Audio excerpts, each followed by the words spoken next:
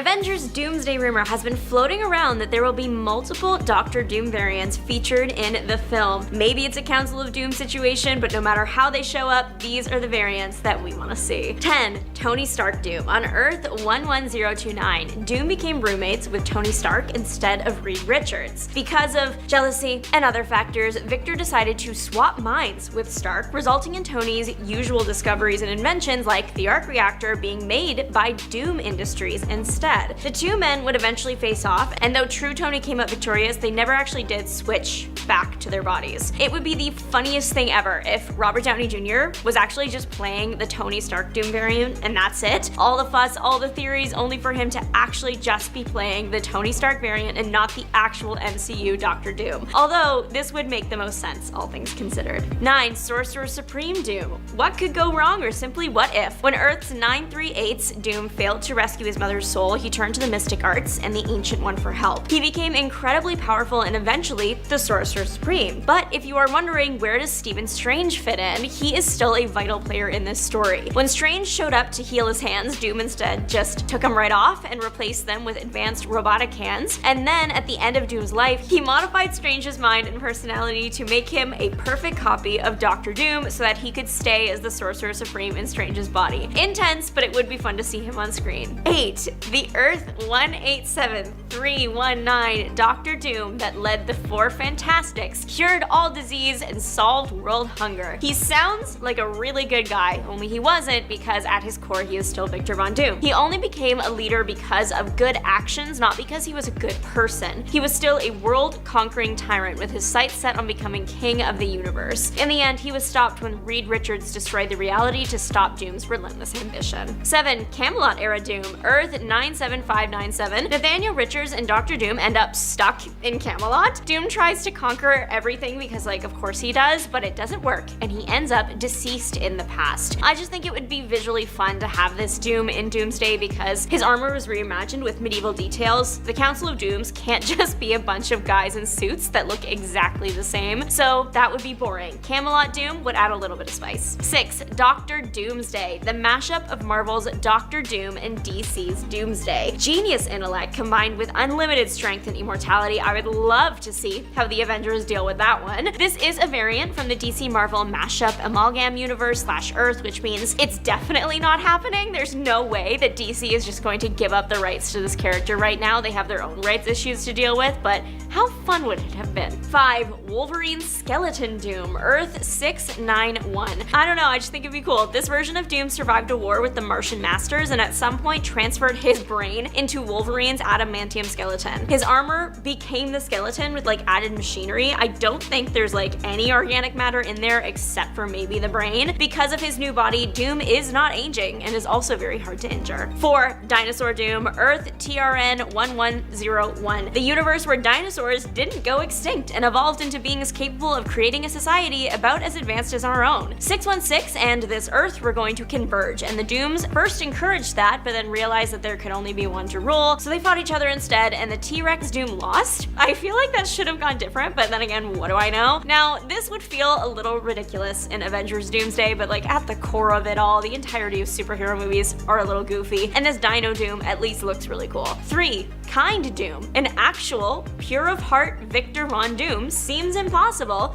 but it does happen. Earth TRN 547, a possible reality shown to all Father Doom. This version of Victor is genuinely good. He is a kind man that created many beneficial inventions, even if they didn't benefit him directly. He also saved the Fantastic Four of his universe before the cosmic ray storm. A good Doom on this rumored council could be good to just balance things out. 2. All Father Doom, Earth 928, year 2099. This version of Doom had fans questioning everything. People weren't sure if this was actually Doctor Doom, a variant, a poser. He came to with limited memories of his life and past. His face wasn't scarred and he wasn't the right age. There were a lot of reasons for him to not actually be a Victor Von Doom, but he was in more ways than name. He saved Latveria and the Earth. Was he perfect? No, but he was impressive. And number 1, the previous Dooms. Truly, most of all, if Avengers Doomsday is already working with every live-action superhero Marvel Universe, X-Men, Deadpool, etc., and the Council of Dooms thing is real, then I think it's only fair to have the former Doom actors and voice actors reprise their roles, if they're able to of course, and pay homage to the ones who unfortunately aren't with us anymore. Do I think Marvel is going to do another scene like that Kang one where it's all variants in one room? No, but if they do, it's way smarter to make it known that every variant isn't all just one actor. Number 10. Calvin Ellis. Instead of Kal-El landing on a farm in Kansas, a black Kryptonian named Calvin Ellis was sent to Earth to escape his planet's destruction. Nevertheless,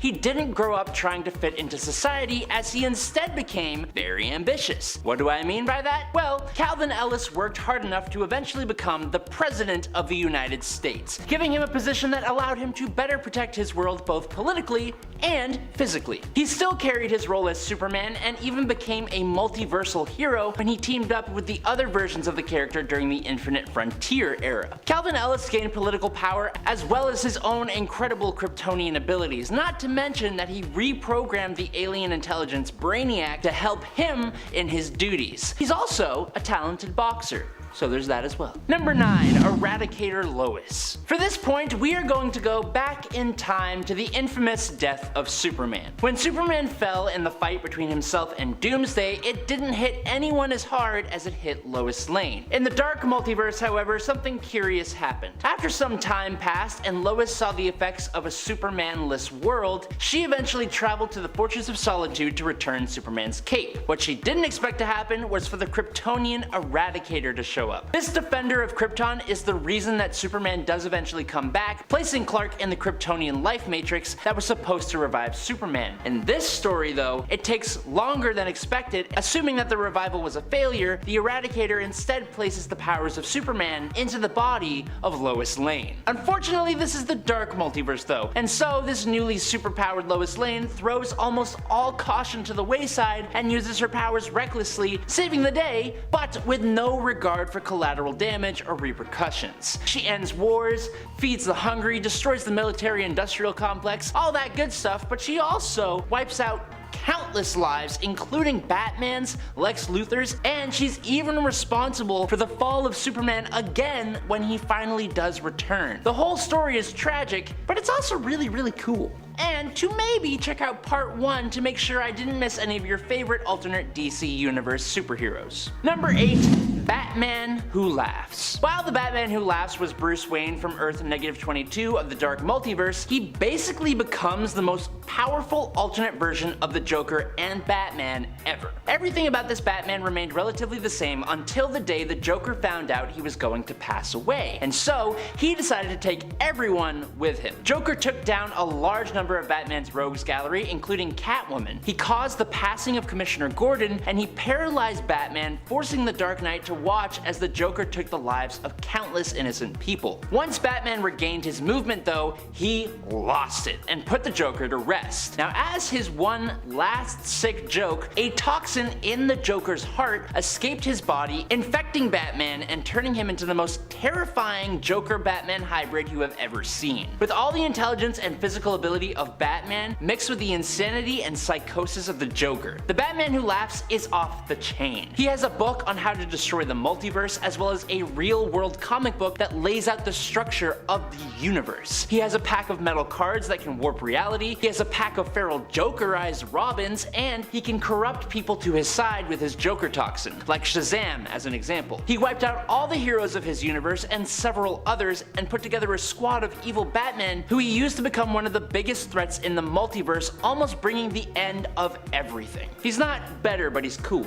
Number 7. Furnace. Before the Martians became the Martians, they were an incredibly violent and powerful race called the Burning. The Guardians of the Universe experimented on the Burning and put genetic blocks in place to make them afraid of the fire that they used as their most powerful weapon. That's why Martian Manhunter has a fear of fire. Now, after the Justice League was trapped and taken down in Obsidian Age Atlantis, John Jones blamed himself for his friend's passing because his fear of fire completely immediately overtook him. So, he recruits Scorch to help him overcome his fear, and he would use his telepathy to help her deal with her own problems. Now unfortunately, in doing this, he also broke the genetic blocks, allowing John to become the incredibly dangerous Furnace, with all of his original powers boosted in potential, especially his telepathy, plus an insane level of pyrokinesis. Number 6. All-Star Superman. All-Star Superman is actually a 12-issue series that sets itself apart from the rest of the DC universe by sort of being a standalone story. At the beginning of the tale, Superman saves an exploration mission to the sun that was sabotaged by Lex Luthor. But because of his overexposure to the yellow sun, he ends up developing new abilities such as the power to harness the bioelectric aura and pushing his normal abilities to unimaginable levels. But it wasn't just his powers that got a boost. His intellect, creativity, imagination, and curiosity also got boosted up to the point that he started getting new skills and trying out new experiments, even some that would allow a successor for himself to be created. That's important because while his abilities and mental acuity had been boosted up and he even became immune to green kryptonite, the overexposure to the sun also meant he was starting to slowly pass away as his cells became overloaded, causing this story to get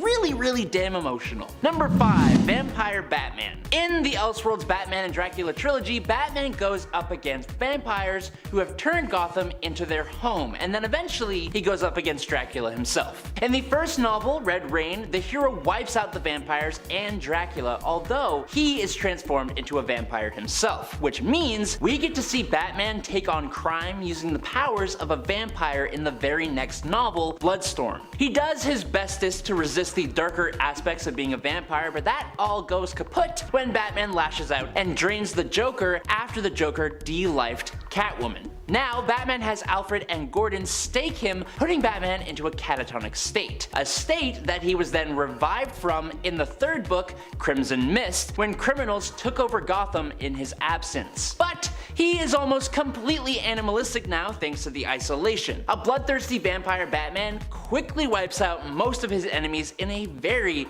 brutal form, draining them in the process until he is finally put to rest by Alfred, Commissioner Gordon, Two-Face, and Killer Croc, who all go with him to the grave. Number 4. Strange Visitor Superman.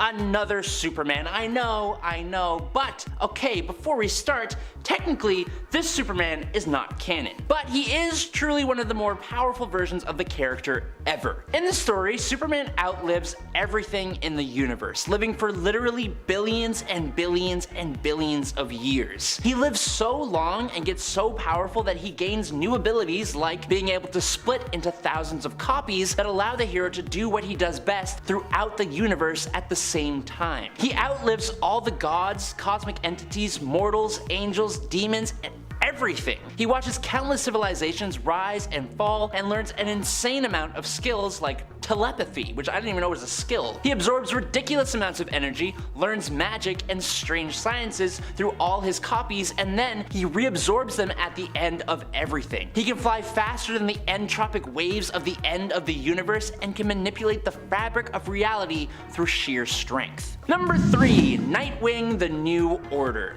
In the year 2028, all-out war between heroes and villains had broke out in the streets of Metropolis. There was countless lost lives and destruction caused by the conflict for days, but after Batman passed away in the conflict, Nightwing activated a device in the war-torn streets of Metropolis that shut off or dampened the superpowers of most of the world, believing it was the best cause of action to save humanity from the dangers of the superpowered population. After this, Dick Grayson began a relationship with Starfire, and together they had a son named Jake. Now, as time went on, Starfire progressively fell out of love with Dick and resented his cause. One day, after Dick had been chosen to lead the new Crusaders division to hunt metahumans, Starfire left Dick without saying a word, forcing him to raise their son alone in Wayne Manor. Now, it turns out, Jake, Nightwing's son, is a metahuman with superpowers, and Nightwing now has to go against everything he previously stood for to save his son from the world that he created. Tell me that's not cool. It's cool. Number 2. Aurora of Themyscira. Comics seem to continuously supply us with things that we never thought we needed. In a moment not likely to ever happen again in the near future, the House of DC and the House of Marvel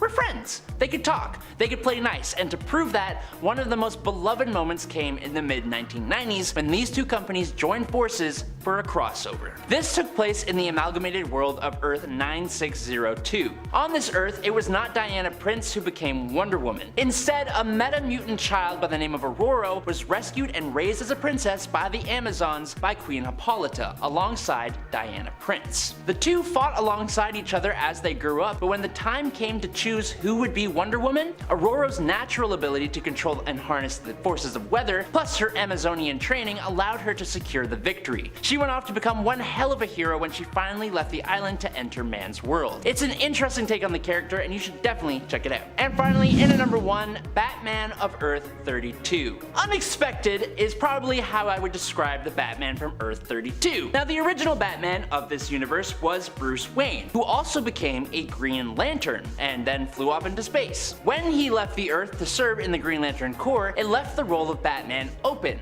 and who would have guessed that of all the characters, Alexander Luthor would be the one to answer the call? First appearing in Lex Luthor Year of the Villain #1 from November 2019, this Batman was partnered up with Super Martian, which is a cross between a Martian, like Martian Manhunter, and a Kryptonian, like Superman. As you can imagine, they were a powerful combo. They took up a base of operations in what looked like the Batcave, but mixed with the Fortress of Solitude, and were assisted by Fred, their awesome robotic butler. Thanks to having the Martian as his partner, Lex Batman was well acquainted with telepathy, and while it caused him some pretty bad headaches, it was also instrumental in helping deal with the Prime Earth Lex Luthor when he inevitably showed up on this world. Number 10, Earth 5 Shazam. Earth 5, or Earth S, is a simpler, kinder world. A world that is more optimistic. A world where the heroes are seen as such with hardly any faults. Basically, this is the golden age of comics, specifically Fawcett Comics. Here, Captain Marvel is the main superhero, which gives the world the name Thunderworld. He and his family, Captain Marvel Jr. and Mary Marvel, keep the world safe from everything from the Monster Society to aliens. I'm talking like Shazam is essentially taking the place of Superman as the premier superhero of Earth. This version of Shazam worked together alongside Superman and Overman to recruit the Supermen of the universe. They all worked together, led by Captain Marvel, to defeat Ultraman and weaken Mandrak, who was killed by the Green Lanterns. Number 9, Red Sun Batman. The Batman appearing in one of the greatest Superman stories ever, Red Sun, is not some crazy powerful amalgamation of characters. In fact, I'd say he's considerably weaker than a number of alternate Batmen, but he is still Batman. In this dystopian Earth 30, where Superman became a tool of Stalin and his Soviet Union, Batman has become the most wanted man in Russia. As an adult, he became a blight on the Soviets and terrorized them all for revenge on Pyotr Rozlov, the captain of the police who brought the demise of Bruce's parents. He became an idol for those who wanted to oppose Superman and his regime. Eventually, Rozlov turned on Superman and convinced Batman to take down Superman. So, he stole Wonder Woman and bound her with her own lasso and drew Superman into a trap where he then bombarded the hero with simulated red sunlight. He forced the weakened Superman into a cellar to lock him away forever. But alas, Wonder Woman managed to destroy her lasso and remove the generator powering up the lamps, and unwilling to be locked up and lobotomized, Batman detonated a little boom boom that he'd implanted within his own small intestine. But before he passed away, Batman revealed to Superman the truth of Rozlov's treachery and got his revenge in a really roundabout way. Number 8, Flashpoint Cyborg. When Barry Allen Flash goes back in time to try and save his mom, he royally messes with the timeline, pretty much changing the whole DC universe. In this newly created timeline, Cyborg is America's greatest hero in place of Superman, based out of Detroit. He's the guy, but obviously he doesn't inspire the same kind of confidence as the Man of Steel because that would just be preposterous. When the Amazons and the Atlanteans go to war, Cyborg tries to gather a group of Earth's superhumans to help stop the conflict in its tracks, but it has already ravaged half of Europe. Thanks to Thomas Wayne, this timeline's Batman, refusing to join up, nobody else wants to join this group either. But then, superstar Barry Allen shows up and convinces Wayne otherwise, and the three set off to gather together an army of heroes. And they do, and it's awesome. Number 7, Dead Earth. Now, I'm not sure what the general consensus on this comic is, and quite frankly, I don't really care because I think this version of Diana of Themyscira is just absolutely insanely awesome. The comic picks up in an apocalyptic wasteland in what used to be Gotham City. Deep down in the remnants of what used to be the Batcave, Wonder Woman had been kept alive in a containment unit and was awoken by a group of humans who were running from a mutated monster known as a Hydra. After saving the humans and liberating their city, she journeys to Themyscira only to find out that the Hydra are actually her fellow Amazons mutated by atomic radiation after the Amazons had decided to go to war with the rest of humanity who had driven the Earth to its breaking point. The world had bombarded Themyscira with nuclear fire, even though Diana used the absolute limits of her abilities to try and stop that. When Superman, who fought for humanity, turned up to try and explain why he couldn't have helped Wonder Woman, we see just how powerful this Wonder Woman is. Losing complete control of herself, Wonder Woman and Superman fought each other to the point of causing a great fire that plunged the world into the apocalypse. And at the end of that fight, Wonder Woman, who was double fisting some kryptonite, brought Superman to his final rest with a hole straight through his chest. She collapsed from exhaustion and forgot everything. So when she learned of this past, Wonder Woman decided to set things right and protected what was left of humanity from what she once called her sisters. Number 6, Injustice Superman. The Superman of the Injustice universe has pretty much the same history as the baseline Superman. But when the Joker kidnaps the pregnant Lois Lane, it lures Superman into a trap of fear gas. In this fear-induced state, Superman hallucinates that his wife is the villain Doomsday and instantly attacks her, flying Lois and what would have been John Kent into space, taking both their lives and also inadvertently causing a nuclear detonation to destroy his city, Metropolis. After losing his city, his wife, and his baby, Superman goes into a pretty understandable rage, bursting into the interrogation room where Batman is learning the true intentions of the Joker, and he just plunges his super fist straight through that clown's chest. Following these events, Superman takes control of the entire Earth and rules it as a tyrant. He turns on and destroys his friends, is manipulated by Wonder Woman, of all people, holds nothing back, and puts the entire Earth under the control of his regime. He is a seriously hardcore version of Superman who has actually been revisited recently in John Kent's comic book story, where he even took the life of Earth 3's Ultraman very easily. It was kinda nuts. Now you may be wondering, how is this guy better than the original? He's not really. It's not the character himself that's better, it's more like the entire story as a whole is just really interesting and compelling, making it awesome to learn more and more about this evil version of Superman. Number 5, Martian Manhunter. Look, I think it's incredibly easy to overlook Martian Manhunter's incredible capabilities. Yes, he is more well known for being a telepath and a shapeshifter, but this guy packs a hell of a punch with the Martian abilities of phasing, Martian vision, and density alteration. In DC 1 Million, we get a version of John Johns, or John Jones, who leads a war against Darkseid and gets him to surrender to the Source Wall, becoming trapped inside of it. The Source Wall, in return, gave John one wish. His wish was to become one with Mars, meaning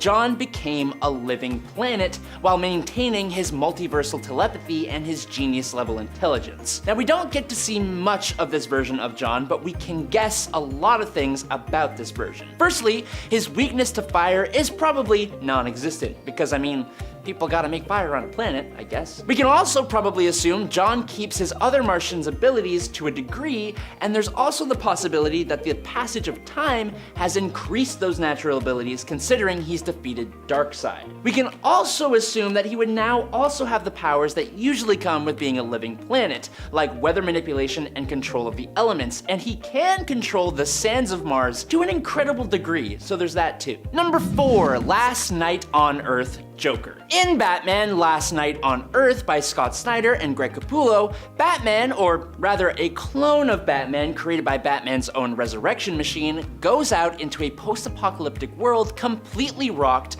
thanks to Lex Luthor. One of the first things that this new Batman finds, funnily enough, is a lantern with the head of the Joker somehow still alive and speaking inside of it. Kind of like in God of War when Kratos gets the head of Mimir that he just carries around on his hip. escape. Batman takes this Joker lantern as a companion, and this talkative Joker keeps the Dark Knight company as he works to find a way to dethrone Omega, who is a villain that rules over the apocalyptic world using Darkseid's Omega effect. This Joker is strangely friendly and compassionate, and he is honestly a great cheerleader for Batman, which I don't think any of us expected to see. What we really didn't expect to see is that this disembodied head is given a robotic body to become Batman's new Robin. What? Number 3, Kingdom Come Shazam. In an alternate possible future, metahumans or superheroes are now hated. Because of this, Billy Batson hasn't become Shazam in years and is now a full-grown man looking a lot like his alter ego minus the cool costume and cape and powers and all that stuff. He was eventually brainwashed by Lex Luthor into believing that metahumans and even Captain Marvel, who lives inside of him, sort of, are all monsters. In time, Bruce Wayne tries to convince Billy otherwise, which eventually forces him to turn to Shazam once more, breaking open the metahuman prison and starting a massive war that puts the world at risk. Now, after a nuclear device was dropped threatening to take out thousands of people, Superman convinced Billy to help, and Shazam outraced Superman to the device using his lightning to destroy it and sacrificing himself to save both humans and metahumans, ending the hatred against superheroes once and for all in this world. Number 2, Bat Prince. Another alternate version of Batman, I know, but he belongs to probably one of my favorite alternate reality stories to come out of DC Comics, Dark Knights of Steel. This story takes place in a world of medieval fantasy where the Wayne family ruled their kingdom until the mother and father of Superman came to Earth. The L family house became rulers of the land after a horrible attack on the Wayne family.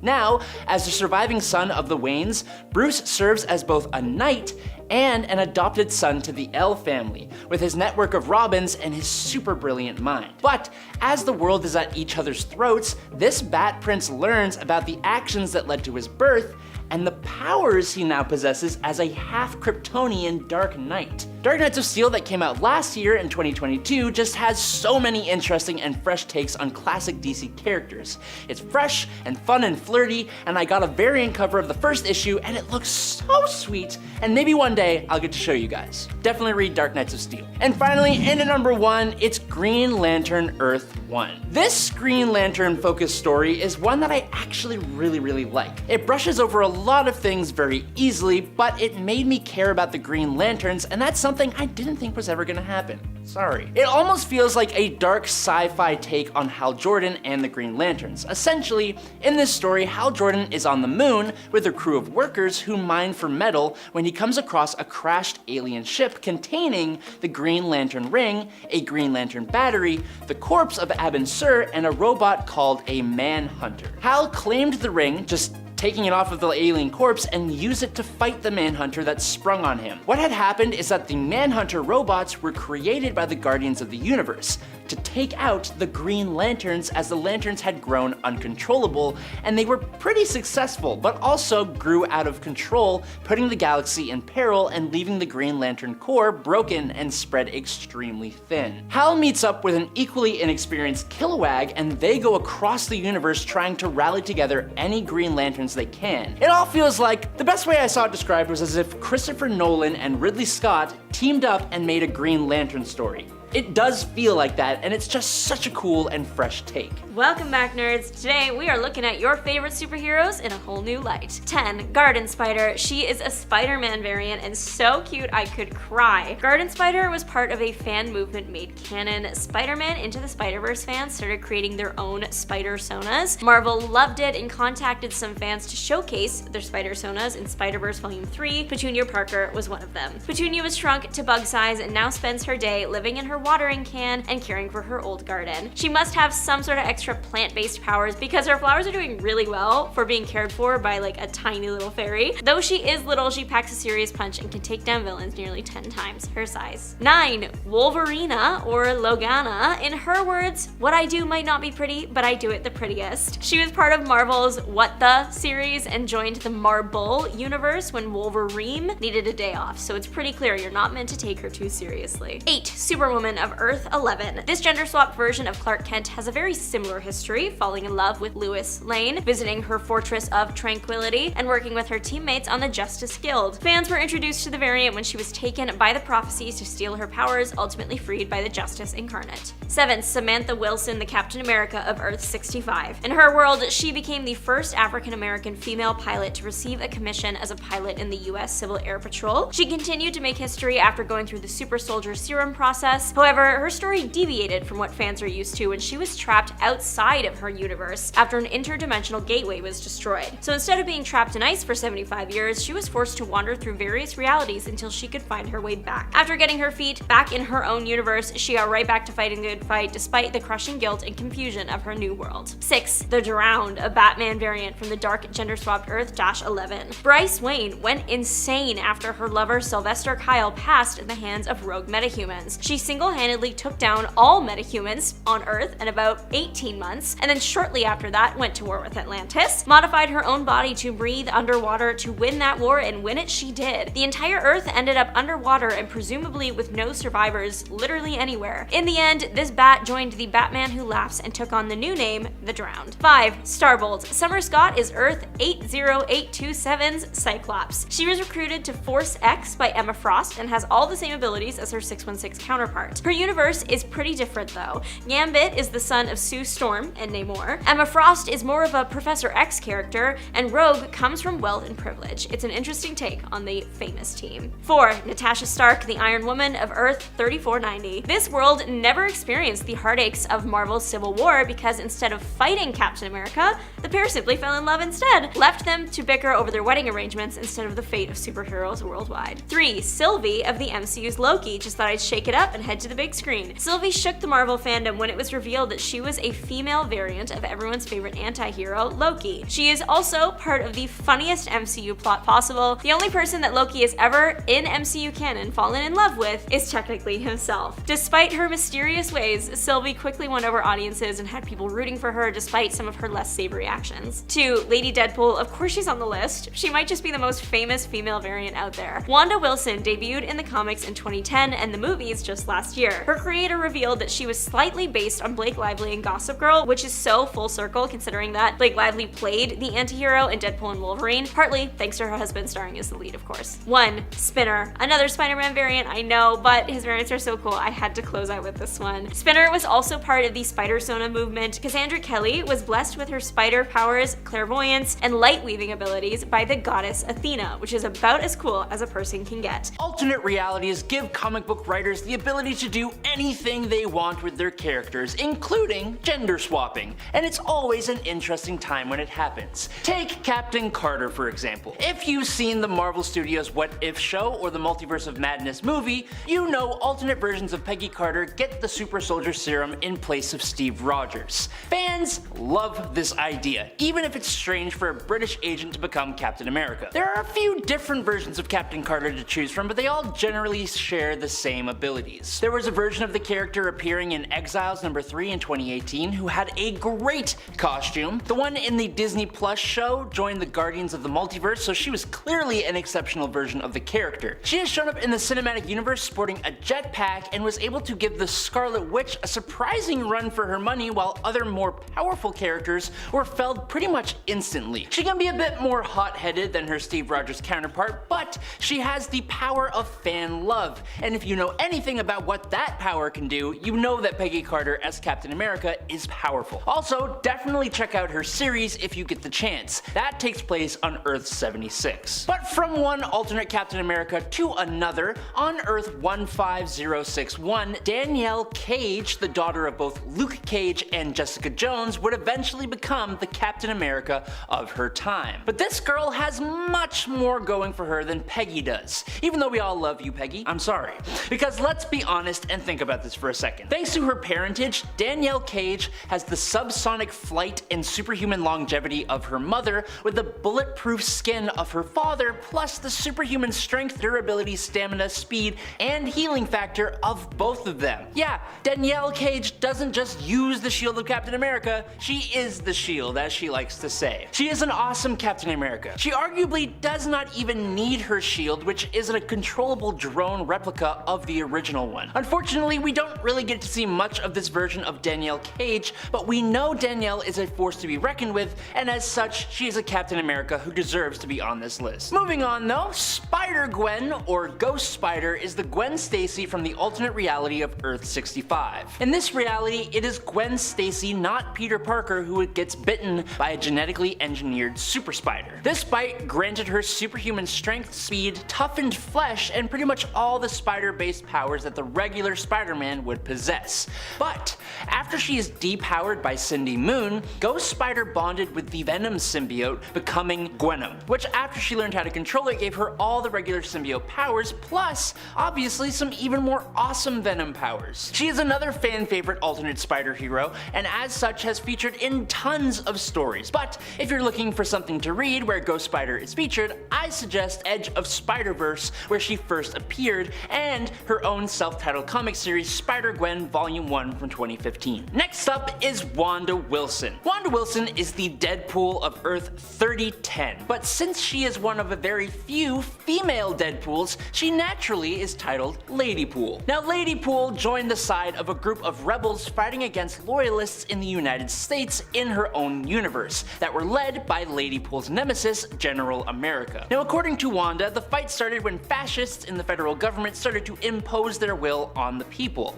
As a result, a schism in Congress occurred, generals took sides, and states declared independence, which led to the current predicament. I never thought this video would get political. Eventually, she is assisted by 616 Deadpool, and she ends up becoming a main part of the good Deadpool Corps, and eventually she becomes the leader of the group, sacrificing herself and the Corps ship in a fight against the evil Deadpool Corps and Galactus Pool. But stepping back into the Earth 616 reality for a sec, and looking at the time that Peter Quill stepped away from his role of Star-Lord to become Emperor of the Spartax Empire, the empire of his father and the reason for him being near immortal and superhuman and all that jazz. When he did that, Kitty Pryde, who if you don't know had a bit of a thing with Peter at the time and was hanging with the Guardians of the Galaxy, took over the role of Star-Lord in his place.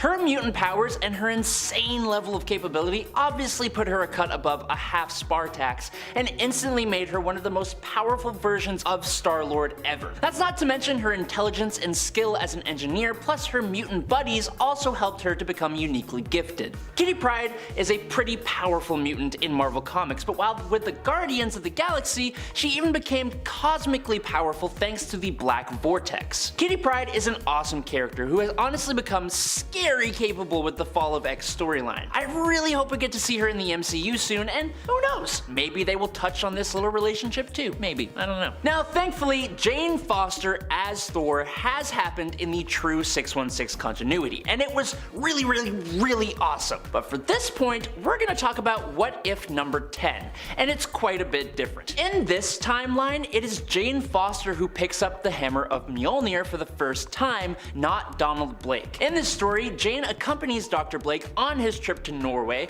and when he drops his cane into a ravine, like he normally does, she goes down there to get it for him instead. Striking the stick just like Donald Blake did, she becomes Thordis. Wielding the power of Thor, Thordis fights off the Saturn rock people, and then turns the cane that she seems to have stolen from Donald Blake into a hairbrush to better fit in with her feminine alter ego, because I guess men don't use hairbrushes. She has pretty much the same adventures as Thor, but crucially, she is rejected by Odin for not being a man. This tracks all the way until the events of Ragnarok, when Odin decides to give the hammer back to Donald Blake because he just can't accept Jane as Thor. But then, as thanks for her time as the hero, Odin turns Jane into a different god and then marries her. Odin has always been kind of weird like that, so we're not surprised, but still a little strange. Next up is Earth 999, a world where basically every single person has powers, things have gone apocalyptic, and where the daughter of Peter Parker, May Parker, is Venom. While her retired and cynical pops ain't too thrilled about that, she does actually have complete control over her symbiote thanks to her advanced and honed spider sense. She was eventually under the control of this kid who went by the name of the Red Skull, and thanks to her father and other Earth X classic heroes, she was saved, with Venom and her father, Spider-Man, going on to join the superpowered police force and fight crime and supervillain threats together. She eventually, after the passing of Death, was recruited by Kang the Conqueror as part of a multiversal team to fight the Apocalypse Twins. In addition to her proportional spider powers, plus the enhanced spider sense, she gains all the usual symbiote powers plus a few extra, like what seems to be a rudimentary form of telepathy, and she kind of has a huge amount of potential to become even more powerful if Marvel decides to. She's definitely one of the cooler incarnations of Venom, as are most characters in the Earth X world. But moving on from that one, the Legion of Night comes from a world where Mr. Sinister corrupted the genomes of those who underwent the mutant resurrection protocols on Krakoa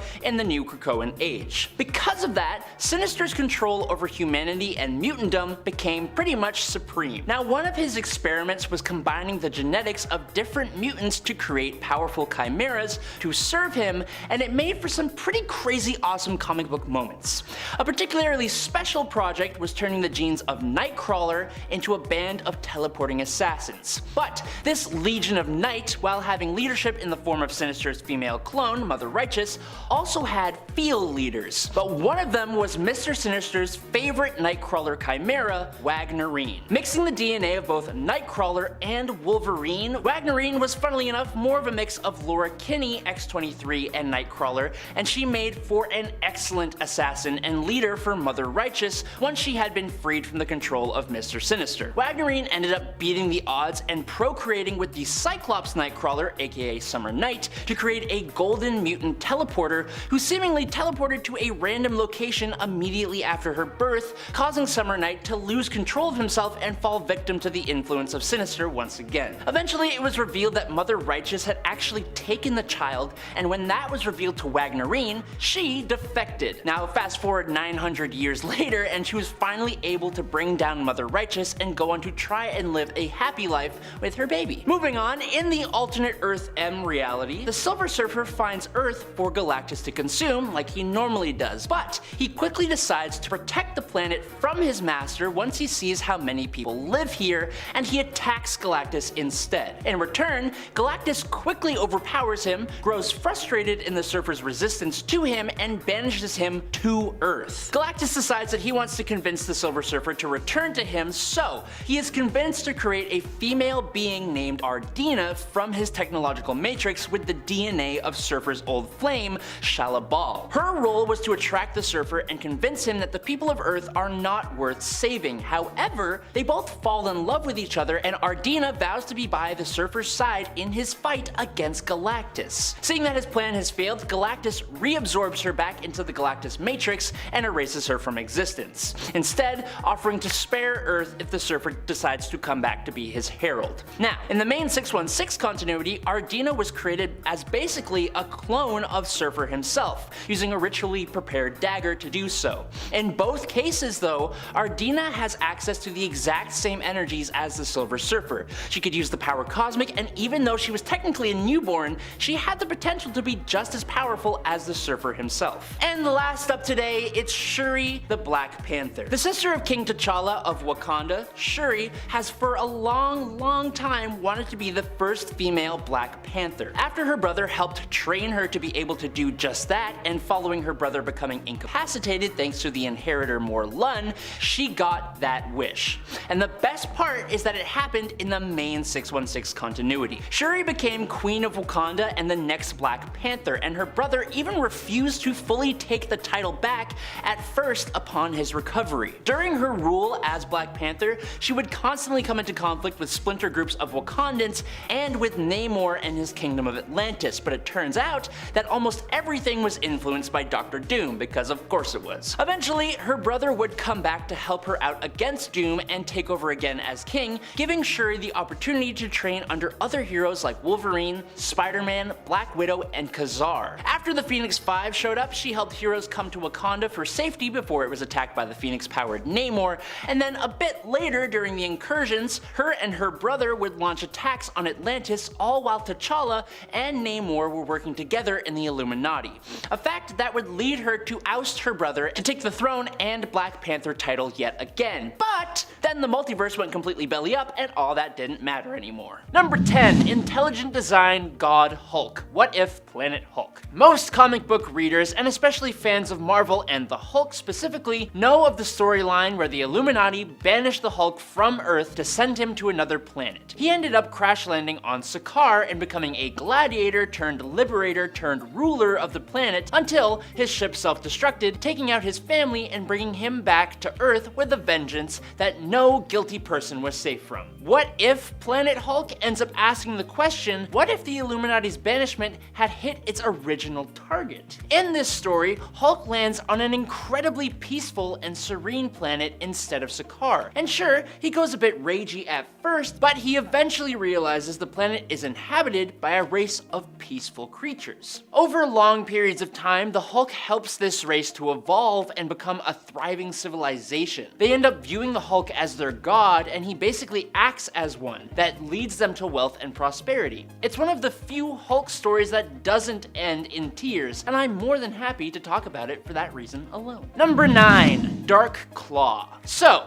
what happens if you take Logan Howlett and Bruce Wayne and just mash them up together? You subtract Robins, add some Canada, carry the two, and you'll find you get Logan Wayne. This awesome character is from the Amalgam universe of Earth 9602. Now obviously, Bruce Wayne has no actual powers of his own, unless you count his undeniable skill. So most of the abilities belonging to Logan Wayne come from his Wolverine half. A massively powerful regenerative healing factor, slowed aging, superhuman senses, plus his healing factor and adamantium skeleton allow him to have a degree of super strength. But thanks to his Wayne half of things, Dark Claw is a master detective and master of martial arts, stealth, acrobatics, and intimidation. After he witnessed the passing of his parents, Logan went to live with his uncle up in Alberta, Canada, who then also lost his life to poachers. So yes, it's still as dark as both Bruce and Logan's backstories. He then went to kick it with some nuns and then joined up with the Canadian Air Force. At some point, he joined the Weapon X program and learned of his mutation and gained his claws alongside his incredibly dangerous rival, Creed H. Quinn, who would become a saber-toothed Joker hybrid named Hyena. Logan Wayne would go back to New Gotham City where he decided to avenge his parents' and uncle's deaths by donning the costume and name of Dark Claw. If you like this list so far, make sure to drop a like, and to check out part 1 where we covered 10 more awesome Marvel variants better than the originals. Number 8, Earth Ascani Apocalypse. As some of you may know, Apocalypse and the mutant Nathan Summers, aka Cable, have a lot of history together. When Nathan was a freshly born little bean, he was infected with the techno-organic virus by Apocalypse as a test of his worthiness to become a host for Apocalypse. When the X-Men fought off Apocalypse and recovered Nathan, Cyclops begrudgingly agreed to send Nathan away to the future with the hope of him being cured. Earth 4932, or Earth Ascani, is that future. Taking place in the late 36th century, where Apocalypse ruled the entire Earth, when Nathan arrived, he was immediately cloned just in case he could not be saved. When this Apocalypse found out that Nathan was in the present, he sent out his forces to capture Nathan, but he had actually taken the clone instead. That clone would be raised up by Apocalypse with the hopes of him becoming the next host body for Apocalypse himself. Apocalypse named this clone Strife after a villain who fought him in the modern day, who was actually an adult Strife,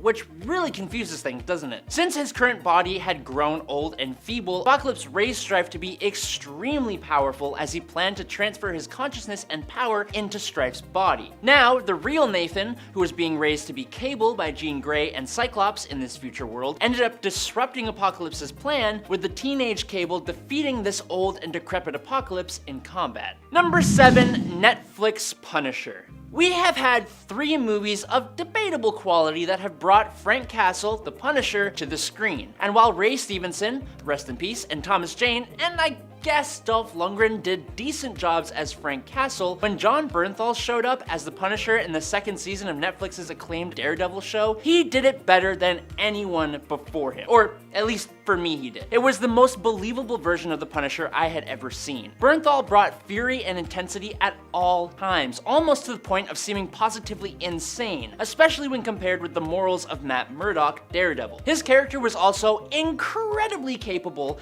and brutal, as is necessary necessary for the Punisher to even work in real life. When he got his own show in 2017, it brought everything to just a whole different level, telling a conspiracy story that also took a very interesting and pretty real look at PTSD in soldiers, while also bringing the right amount of brutality that you'd expect from a Punisher story. Even my mom liked this show, and she doesn't even read comics. That's the highest praise I know how to give. Number 6, Wagnerine. The Legion of Night comes from a world where Mr. Sinister corrupted the genomes of those who underwent the mutant resurrection protocols on Krakoa. Because of this, Sinister's control over humanity and mutantdom became supreme. One of his experiments was combining the genetics of different mutants to create powerful chimeras to serve him, and it made for some crazy awesome comic book moments. A particularly special project was turning the genes of Nightcrawler into a band of teleporting assassins. But the Legion of Night, while having leadership in the form of Sinister's female clone, Mother Righteous, also had field leaders. One of which was the mutant Banshee possessed by the spirit of variance called Vox Ignis, and the other was Mr. Sinister's favorite Nightcrawler chimera, Wagnerine. Mixing the DNA of both Nightcrawler and Wolverine, Wagnerine, funnily enough, was more of a mix of Laura Kinney, X-23, and Nightcrawler, and she made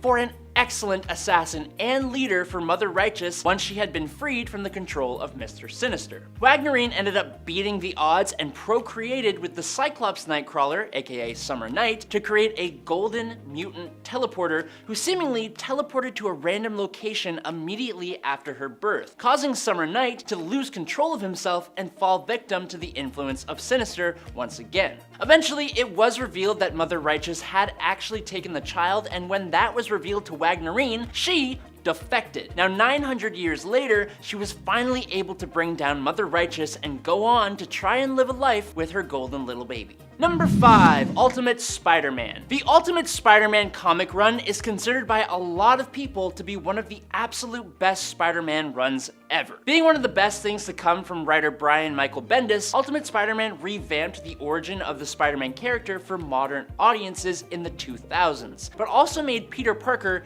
even younger. The story follows the original story pretty closely, with only minor tweaks and changes that make it even better, like the fixes made to the Clone Saga story, or even the changes made to the Venom symbiote. The Earth 1610 comic book run had one writer at the helm, which really helped to maintain consistency throughout the story, whereas Earth 616's Amazing Spider-Man carried on for 50 years and had many writers coming in to build the story, unfortunately giving it areas that kind of lacked to some degree. Ultimate Spider-Man took a great idea and then ran with it, building up an incredible cast of characters and injecting a great deal of emotion and heart into the story as it took familiar ideas in crazy new directions. Number 4, Ultimate Loki. Loki Laufey-san in the main Marvel universe is a pretty dastardly devil. He's always got schemes on schemes and is just doing what gods of mischief best, using his sorcery. But he's also somewhat redeemable. The Loki Odinson of Marvel's Ultimate Universe, however, is kind of just a madman, but one with the ability to warp reality. He could retcon history into anything he desired by either creating events that never happened or erasing events as if they never happened. He could create copies of himself, change the color of the skies, render himself near impervious to harm, even from Thor's hammer, and summon armies of monsters. One of the first things this Loki does while a member of the Warriors 3 alongside Thor and their brother Balder is visit his giantess mother, steal the Norn stones, and completely take the life of his brother Balder. He then took on the guise of Baron Zemo during World War II and led an attack on Asgard with frost giants and some super soldier Germans that he created. This got him banished to the room without doors, just like he planned. He was eventually freed from the room, and unlike his brothers who had been reborn as mortal men, Loki was still a god, and an incredibly powerful one. He would be one of the main threats faced by the Ultimates when they formed up, but was eventually depowered by Odin. Number 3, Spider-Man 2099. Instead of getting bitten by a radioactive super spider, Miguel O'Hara's DNA was biologically mixed with a spider's DNA to save his life after he was forcibly hooked on a not far off future substance by his own employer. If that sounds convoluted, well, yeah, but it also sounds right at home in a comic book. Although the process of gaining his powers differed from Peter Parker, Miguel was still granted many of the same abilities at a pretty similar level. One thing that differs largely is Miguel's spider sense. He doesn't have one. Instead, Instead, Miguel has advanced super senses similar to someone like Daredevil or Wolverine. Miguel also has some abilities that are just wholly unique to him. For example, he possesses an incredible level of super speed as well as telepathic communication abilities, both of which are really freaking cool. He also has fangs and claws on his fingers and toes that he can use in combat. On top of all those powers though, Miguel is from the year 2099, which means that he naturally has a much more advanced set of technology at his disposal.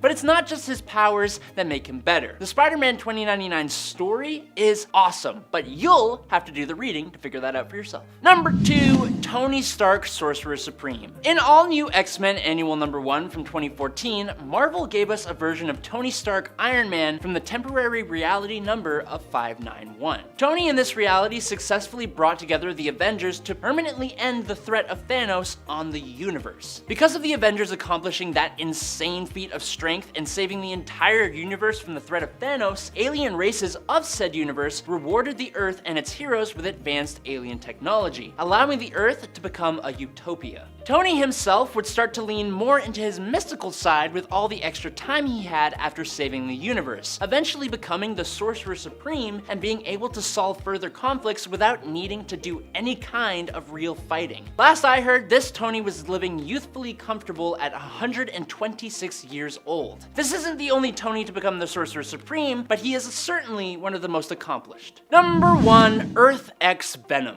In the alternate future of Earth 999, basically every single person has powers. Things have gone apocalyptic, and in an act of vengeance, the Venom symbiote bonded to the daughter of Peter Parker, May Parker. While her retired and cynical pops ain't too thrilled about it, May does actually have complete control over the symbiote thanks to her advanced and honed spider sense, which was something the symbiote was never expecting to happen. Venom and her father Spider-Man go on to join the superpowered police force and fight crime and supervillain threats together. She eventually, after the death of Death itself, goes on to be recruited by Kang the Conqueror as part of a multiversal team to fight the Apocalypse Twins. In addition to her proportional spider powers, plus the enhanced spider sense, she gains all the usual symbiote powers, plus a few extra, like what seems to be a rudimentary form of telepathy, and it is believed her symbiote could go on to mutate further to gain even more powers, which is a good way for Marvel to say, we can do whatever we want with this character. She's one of the coolest looking versions of Venom while also being one of the most capable.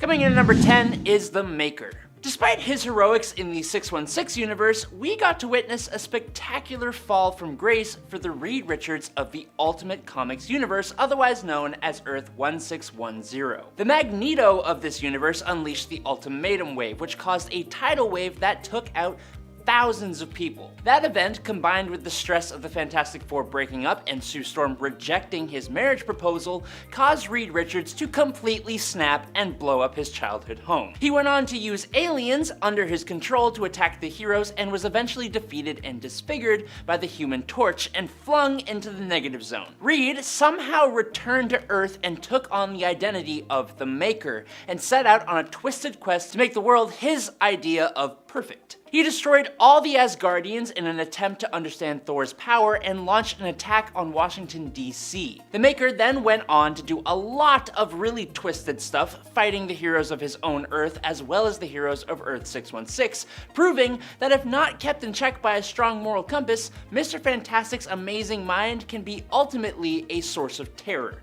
And now, he's literally recreating the Ultimate Universe by manipulating the timeline of another universe. Number 9, Ghost Spider. Spider-Gwen, or Ghost Spider, is Gwen Stacy, Peter Parker's first love interest, but from the alternate reality of Earth 65.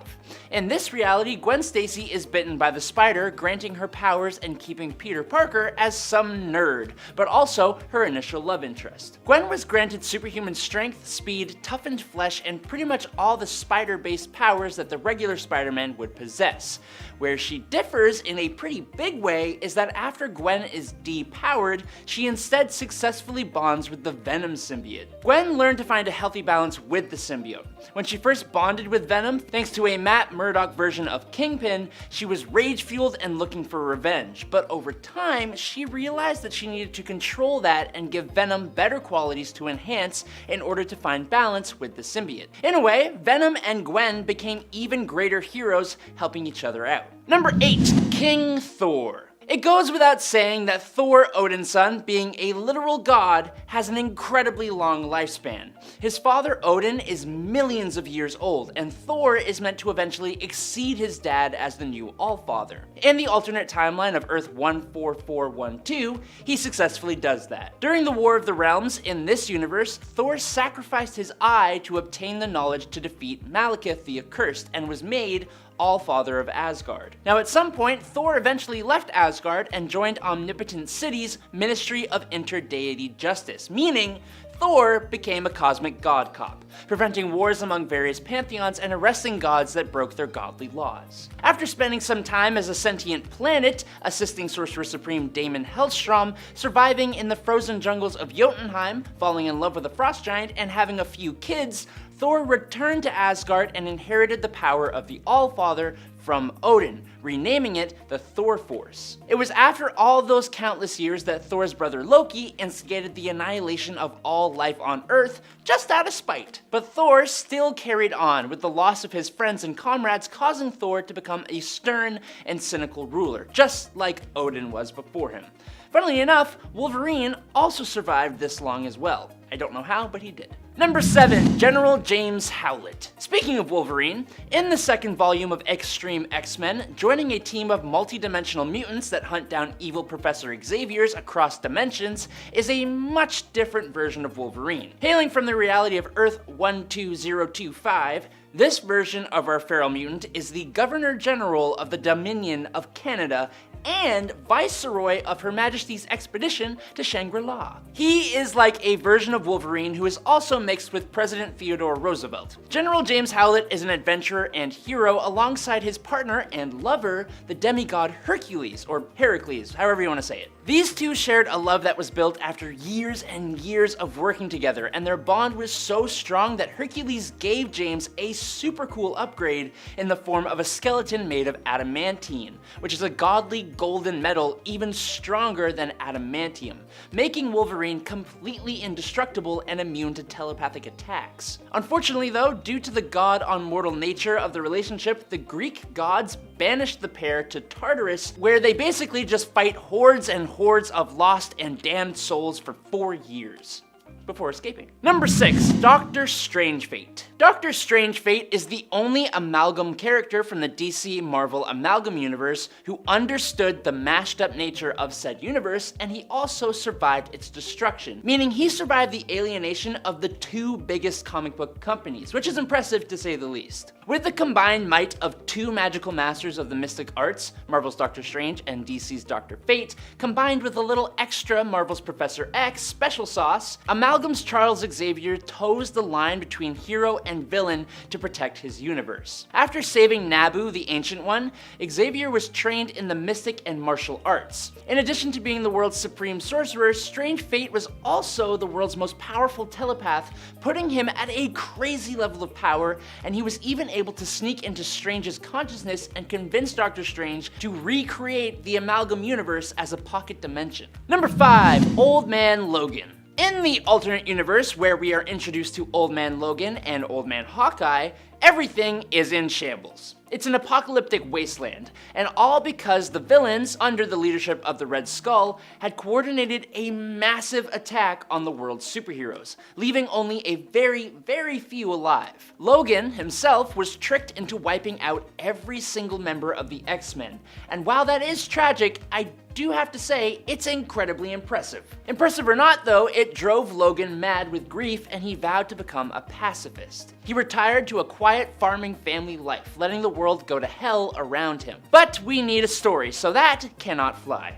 Eventually being short on money and needing to help his family, he joins Hawkeye on an adventure across America to deliver a briefcase of super soldier serum. After he goes on this grand adventure, defeats the Red Skull and returns home, the Hulk gang had completely wiped out his family. This is when he finally gets to pop his claws for the first time since the story begins. He wipes out the entire gang and eviscerates the Hulk himself, and then eventually finds his way to the main Marvel universe. Another version of him even gets the powers of Venom as well, which is super cool. Number 4, Age of Apocalypse Nightcrawler. In the Age of Apocalypse, Nightcrawler is very similar to his Earth 616 counterpart, except he's an incredibly capable warrior brandishing dual blades at all times, and he isn't really as lovable as he would be normally. This Nightcrawler hates the church, having had a traumatic experience when he was younger, which is a far cry from the original Nightcrawler. Nightcrawler in this universe is also close to his mother, Mystique, which is why he gladly takes on the Darkholme last name. This Nightcrawler believes his biological father is Sabretooth, since Mystique stated that she had gone to the trouble of, quote, finding a father with fur when Nightcrawler complains he is cold. This version of Nightcrawler actually chooses to remain in the main 616 reality and joins up with X-Force. But being on Earth 616, he does get mistaken for the original Nightcrawler, which he does not appreciate. Like at one point, he even pushes Kitty Pryde for mistaking him for a resurrected Nightcrawler. Now while working with X-Force, he has successfully took out his reality's Blob by teleporting a shark into his stomach, which devoured Blob from the inside out, which is terrifying, and Iceman, who he led into a factory boiler room, where I guess you can imagine what happened next. Number 3, Ghost Panther. Ghost Panther from Marvel's Warp World is a combination of the Wakandan prince T'Challa, aka Black Panther, and the demonic spirit of vengeance, Ghost Rider. This combination is perfect to explore a new aspect of culture meeting mythology, which is the excuse we're gonna go with to justify a hellfire skeleton that rides a giant fiery panther. Don't you dare look at me and tell me that this is not amazing. Don't you dare. In this story, T'Challa was exiled from Wakanda for his arrogance and came to America, becoming a stunt rider named Johnny Blaze, which is very original. After an accident leaves him fighting for his life, a demon offers him his life in exchange for becoming the all-powerful Ghost Panther. In case you don't realize why this is awesome, let me reiterate that this is King T'Challa as a hellfire-wielding spirit of vengeance riding on top of a hellfire-covered panther. Need I say more? Number 2, Punisher Max. Punisher Max was an adult comic, and for a guy whose main thing is ushering people to the pearly gates, it makes sense that this setting suits his character best. Removing the Punisher from all the costumes and superpowers of the regular Marvel universe and dropping him right into an America facing the early days of the War on Terror, it kicked off with the CIA trying to recruit Frank, which sets off a violent political game. This Frank Castle was a veteran of the Cold War, running Black Ops alongside Nick Fury in Vietnam, and he is not someone you want to mess around with. Like, he lights out Microchip during the first storyline just for helping the CIA to even find Punisher. His enemies here are also much more threatening and scarily realistic compared to anything that Earth 616 has thrown at the Punisher, with a big shout out to Barracuda specifically. Another former soldier just as ruthless and skilled as Frank is. Punisher Max shows the very real physical and emotional damage that Frank Castle's crusade would cause him in real life, obviously with a tiny suspension of disbelief